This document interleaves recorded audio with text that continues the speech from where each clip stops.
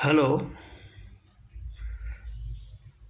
કહેવાય છે કે પંચ મહાભૂત તત્વો એટલે કે આકાશ, વાયુ, અગ્નિ, જલ અને પૃથ્વી માત્ર આ સૃષ્ટિ જ નહીં પરંતુ માનવ શરીર માટે પણ બેઝિક એલિમેન્ટ્સ છે, એટલે કે પાયાના તત્વો છે.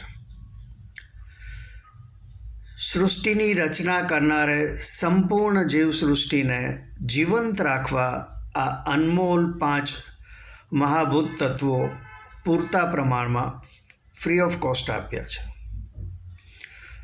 મનુષ્યને જીવિત રહેવા માટે ધરતી, જલ, વાયુ, અગ્નિ અને ખોરાકની જરૂર પડે છે. ખોરાક માટે કુદરતે અનેક પ્રકારની વનસ્પતિ, અનાજ રૂપે, જેમાં અનેક પ્રકારના ધાન્ય, વિભિન્ન પ્રકારના શાકભાજી, ફળો વગેરેની વ્યવસ્થા ઊભી કરી આપી. આમ મનુષ્યો, પશુ, પક્ષી સર્વ માટે એક સુંદર સૃષ્ટિની રચના કરી. કદાચ ઈશ્વરે માન્યું હશે કે મેં જેને સૌથી વધારે બુદ્ધિ પ્રદાન કરી છે એ મનુષ્ય મારી આ અનમોલ રચનાની ઉત્કૃષ્ટતા વધારવામાં ખૂબ મોટો ફાળો આપશે. મનુષ્ય સૃષ્ટિની સુંદરતા ખૂબ જ વધારી સૃષ્ટિનું જીવની જેમ જતન કરશે. પરંતુ ઘણી વખત જેના પર ખૂબ જ આશા બાંધેલી હોય એ જ સંતાન માતા પિતાનું જીવન એકદમ દુષ્કર કરી દે છે. કદાચ ઈશ્વર પણ થાપ ખાઈ ગયો હશે. અતિ સ્વાર્થી મનુષ્યએ પોતાની બુદ્ધિનો દુરુપયોગ કરી આખી સૃષ્ટિ પર કબજો જમાવી દીધો.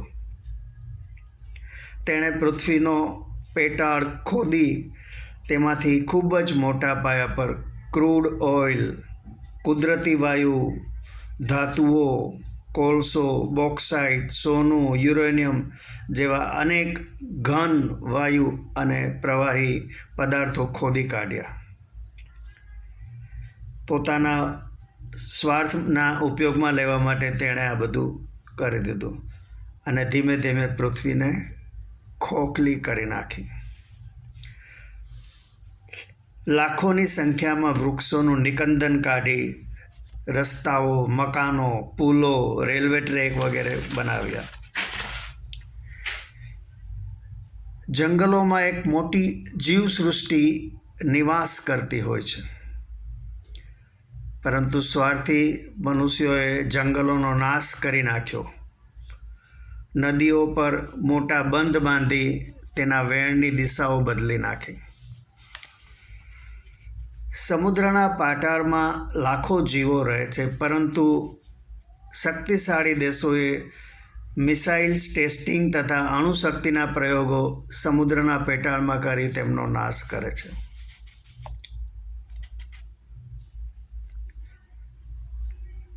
વિદ્યુત શક્તિ ઉત્પન્ન કરવા લાખોની સંખ્યામાં પવનચક્કીઓ લગાવી પવનની ગતિમાં અવરોધ ઊભા કર્યા છે. ઉપરાંત વિદ્યુત શક્તિ ઉત્પન્ન કરવા સૂર્યના કિરણો ધરતીને સ્પર્શ કરે તે પહેલાં જ તેમને રસ્તામાં જ પકડી તેની ઉર્જા ગ્રહણ કરી લેવાની આ બધી પ્રવૃત્તિ મનુષ્ય પોતાના સ્વાર્થ માટે કરે છે. આ બધા ઉપરાંત ઇન્ટરનેટ અને મોબાઈલના વેવ્સથી સમગ્ર વાતાવરણનો શોથ વાળી દીધો છે. આ બધાને કારણે હવે ચકલીઓ જેવા નાના નિર્દોષ પક્ષીઓ તો વિલુપ્ત થઈ ગયા છે. અસંખ્ય સેટેલાઇટ્સ અવકાશમાં તરતા મૂકી અવકાશમાં પણ મનુષ્યએ ઠેર ઠેર ડેરા નાખી દીધા છે. 24 કલાક લાખોની સંખ્યામાં વિમાનો ઉડતા હોવાથી વાતાવરણને ખૂબ જ મનુષ્યએ પ્રદૂષિત કરી દીધું છે. મનુષ્યો રોજ લાખો ટન માછલીઓ અને અનેક પ્રકારના પ્રાણીઓ અને પક્ષીઓને મારી પોતાના ખોરાકમાં ઉપયોગ કરવા લાગ્યા છે. આમ ઈશ્વરે બનાવેલ મનુષ્ય જ તેની બનાવેલ સુંદર જીવસૃષ્ટિનો નાશ કરવામાં લાગી પડ્યો છે. મને લાગે છે કે ઈશ્વરે જોયું હશે કે જે જીવોને તે પૃથ્વી પર મોકલે છે તેનું મનુષ્ય ભક્ષણ કરી જાય છે. કાંઈ વાંધો નહીં. ઈશ્વરે વિચાર્યું હશે, ચાલ હવે અનેક પ્રકારના અતિ સૂક્ષ્મ વાયરસને મોકલું છું, જે મનુષ્યના ફેફસા જ ખાઈ જશે અને તેમનાથી બચવા સમગ્ર માનવજાત ભયભીત થઈ જશે અને ધંધે લાગી જશે. પહેલાં એવું મનાતું હતું કે મનુષ્યને જીવવા માટે ધરતી, હવા, પાણી, અગ્નિ અને ખોરાક એમ 5 તત્વોની જરૂર પડે છે. પરંતુ આ 5 મૂળભૂત તત્વો ઉપરાંત હવે એક છઠ્ઠું તત્વ છે, મોબાઈલ વિથ અનલિમિટેડ ઇન્ટરનેટ. આ છઠ્ઠા તત્વોનો પણ સમાવેશ કરવો જરૂરી છે. મોબાઈલની સંખ્યા કદાચ માનવ વસ્તી જેટલી અથવા તો તેનાથી વધારે હશે. ઈશ્વર ક્યારેય પોતાની સુંદર રચનાનો નાશ તો ન જ કરે, પરંતુ વર્લ્ડ વોર કરી મનુષ્ય જ અણુશક્તિ દ્વારા સર્વનાશ નોતરે તો નવાય નહીં. આજકાલ સર્વત્ર એક શબ્દ ખૂબ સંભળાય છે, રીડેવલપમેન્ટ. જૂના જર્જરિત ફ્લેટ્સનું ડિમોલિશન કરી તે જગ્યાએ નવા અદ્યતન ફ્લેટ્સનું સુંદર નિર્માણ કરવું એટલે કે રીડેવલપમેન્ટ.